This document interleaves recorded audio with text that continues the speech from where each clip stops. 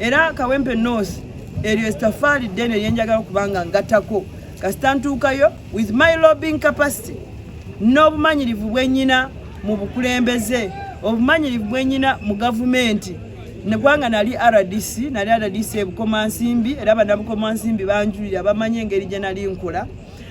nenkolayo ne Jinja era embeera eyo yonna experience eyo gyonnyina manyi programu za gavumenti wezikwamidde n'engeri gye nnyinza okuzijjayo nenzituusa bannakawempe North. Era nkubiriza abawagizi bange bwenna n'abalala ababadde tebanabakuwaga bannange mujje muwagire Hajat Hanifa Karad eno ssuula mpya njagala kuzza eri essuubi bannakawempe North mu ngeri yonna mbeera omukulembeze oyo anaagatta Kawempe North era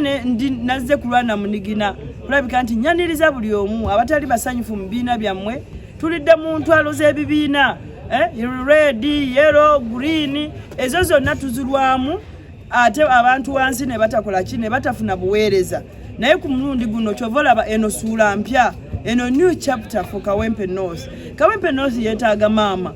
kubanga tuluddemu ebyo tuludde nga tuteekayo abasajja nabo tulabye bye bakoze. Right now tuyina ennyonta y'obuweereza tuyina enjala y'obuweereza nga Kawempe North eddoboozi lyaffe teririiyo ate mu ngeri yonna omuntu yenna bw'abeera n'enjala aba anoonya maama yamwanguyira era nja kubeera maama oyo njagala kusiima abo bambi abannakawempe North abantuumako erinnya eryo lya maama Kawempe North era mbasuubiza okubeera maama oyo mujje nga 13 mukuba akalulu kammwe akalulu mukakuume akabonero kaffe essaawa kubanga buno obudde Kawempe North okufuna enkyukakyuka okulabika nti naffe tuganyirwamu mu government programs. Akasembayo abantu babuuza ne comment nti bakulabikira kulala ya NRM lero mbadde twaniriza president w'eggwanga mu constituency yaffe era nga tiimu Hanifa Karad olw'ebwegaso obw'okwagala nti tubeere obumu mbadde nakubiriza neggulo nakubiriza bawagizi bange bonna we bali bajje baanirize president w'eggwanga ali mu kitundu kyaffe si kya bulijjo era president twamwaniriza bulungi nga bannakawempe North abawagizi bange mwebale nnyo kubanga mwazze ne mumwaniriza ate nange ng'omukulembeze ayeggwaniza entebe ya member wa parliament mbadde nyina okwaniriza president w'eggwanga mu constituency yaffe mu constituency eyo gyenduubidde okubanga nkiikirira mu parliament mpulire programu ze mpulire kiki kyayagala ate yayogedde bulungi president n'agamba si kulaba muntu kubanga wa kibiina oba ki wabula tulabe oyo ayinza okugattako ebigambo bye bibadde clear ng'atandika speech ye n'agamba mulabe omuntu oyo abanga ayine kyagattako ayine ettafaali lyagattako ku kibiina era nze mbakatira nti ekibiina kyange NRM lwakuba nti nabula obutakkaanya mu mbeera process gye yatambula eyo etatambula obulungi etali democratic era nsakkirizaganya nayo nenzijanga independent kubanga anyimirira ku mazima n'obwenkanya n'ekirala njaga kujjukiza bannakawempe North n'abannayuganda batulaba nti NRM kwa principles zaayo 5 yeyo erimu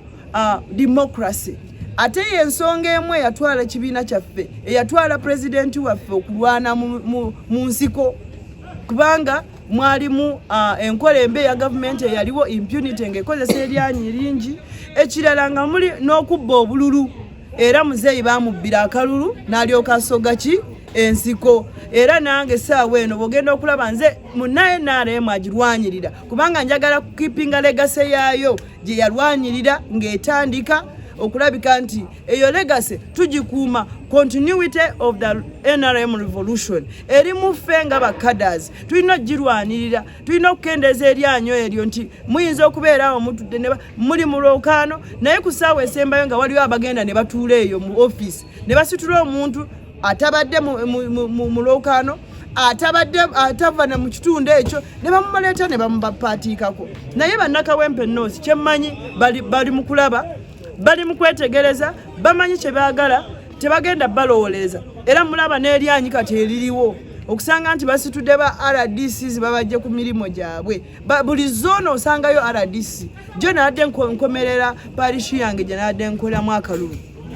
eyekyebando era nasanze ba RDCs mu meetings mu parish gyenyina okubanga nkomereramu nga candidate kubanga eyo yadde road map yange era nawandiikidde electoral commission ne mbagamba engeri gye nafunye obuzibu obwo kubanga ne bataddeyo KCCA ecleaning ekole embeera eyo etataganye entambula yange eya omulukoogwo naye bannakyebando mbasiima nnyo okubanga newankubadde wabaddeyo activities nyingi ezidivertinga road map yange mwayewaddeyo ne mukola ekisoboka mbasiima nnyo mwampadde embuzi mwampadde white carpet mwebale nnyo mwebalire ddala ne munyaniriza bulungi ekisalosalo eyo bonna bwegamba ne parishes zonna zezize nga mpitamu mbasiima nnyo mwayise wano mwampeereza enkota ne mumpa n'enkoko ngende nfumbire Kawempe North era ngenda gifumbira ate ndi maama oyo agabulira buli omu si bino byakwogera byakalu naye yezo embeera zange z'okuba nti nyaniriza buli omu ekiriko kyekyo kye tulya ate ndi muyiiya nyimanyi okunywanirira nyina kulabika nti myezi gino emitono gye tugenda okubeera mu parliament eyo kyembasuubiza kino ekya community wells abantu baffe okufuna amazzi ekyo kigenda kuba kintu kitono nnyo kunze kubanga nja kuba already nyina abandindiridde nti nyingire parliament went community wells ezo zibe implemented buli zone efuna amazzi amayonjo ate nga gali free nebeera constituency buli omu gyalabako buli omu gye yeegomba model constituency mu constituency zonna mu foundation ekyo ekirudde nga kikola oba kifaayo nnyo ku abo abataliiko mwasirizi ngamba faako nnyo abataliiko mwasirizi ngamba gatta n'abo abalina obusobozi okuba nga babayamba nga community connector ekyo nakitandika olw'obulumi olw'okulaba embeera yaffe gye tubeeramu nga abannayuganda nga bannakawempe nga tusaka scholarships z'abaana kukwatira kwabo abaliko obulemu kukwatira kwabo bannamwandu single mothers ne single fathers era embeera eyo nga si ennungi okusanga nga bafuna omuntu ajja n'abakwatirako abamulekwa era nyina abamulekwa bangi bensomesa abamu bamaze senior 6 abamu bali ku university n'abamu bamala dda institutions zibadde balimu ngatako kasitantuukayo with my lobbying capacity n'obumanyirivu bwenyina mu bukulembeze obumanyirivu bwenyina mu gavumenti nekwanga nali RDC ebukomansimbi era bannabukomansimbi banjulira bamanyi engeri gye nali nkola nenkolayo ne Jinja era embeera eyo yonna experience eyo gyonyina manyi programu za gavumenti wezikwamidde n'engeri gye nyinza okuzijjayo nenzituusa bannakawempe North. Honorable kubiriza abantu bajje bakulonde lunaku olwokuna era nkubiriza abawagizi bange mwenna n'abalala ababadde tebanabakuwaga bannange mujje muwagire Hajat Hanifa Karad eno ssuula mpya njagala kuza eri essuubi bannakawempe North mu ngeri yonna mbeera omukulembeze oyo anaagatta Kawempe North era nazze kulwana munigina kulabika nti nyaniriza buli omu abatali basanyufu mu bibiina byammwe tulidde mu ntwalo z'ebibiina red yellow green ezo zonna tuzirwamu ate abantu wansi ne batakola ki ne batafuna buweereza naye ku mulundi guno kyova olaba eno ssuula mpya eno new chapter for Kawempe North. Kawempe North yeetaaga maama kubanga tuluddemu ebyo tuludde nga tuteekayo abasajja nabo tulabye babakoze right now tuyina ennyonta y'obuweereza tuyina enjala y'obuweereza nga Kawempe North eddoboozi lyaffe teririiyo ate mu ngeri yonna omuntu yenna bw'abeera n'enjala aba anoonya maama yamwanguyira era nja kubeera maama oyo njagala kusiima abo bambi abannakawempe North abantumako erinnya eryo lya maama Kawempe North era mbasuubiza okubeera maama oyo mujje nga 13 mukuba akalulu kammwe akalulu mukakuume akabonero kaffe essaawa kubanga buno obudde Kawempe North okufuna enkyukakyuka okulabika nti naffe tuganyirwamu mu government programs. Akasembayo abantu babuuza neno ku comment nti no bakulebe kulala ya NRM walidde kulala ya NRM lero mbadde twaniriza president w'eggwanga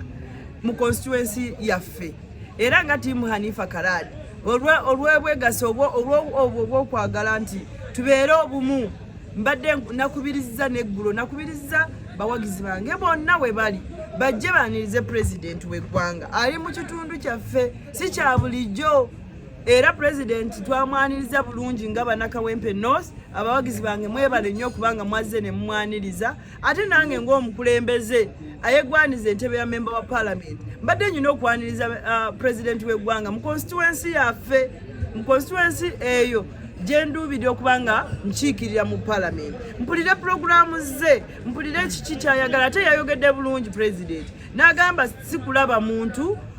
kubanga wa kibiina oba ki wabula tulabe oyo ayinza okugattako ebigambo bye bibadde clear ng'atandika speech ye n'agamba mulabe omuntu oyo abanga ayine kyagattako ayine ettafaali lyagattako ku kibiina era nze mbakatira nti ekibiina kyange NRM lwakuba nti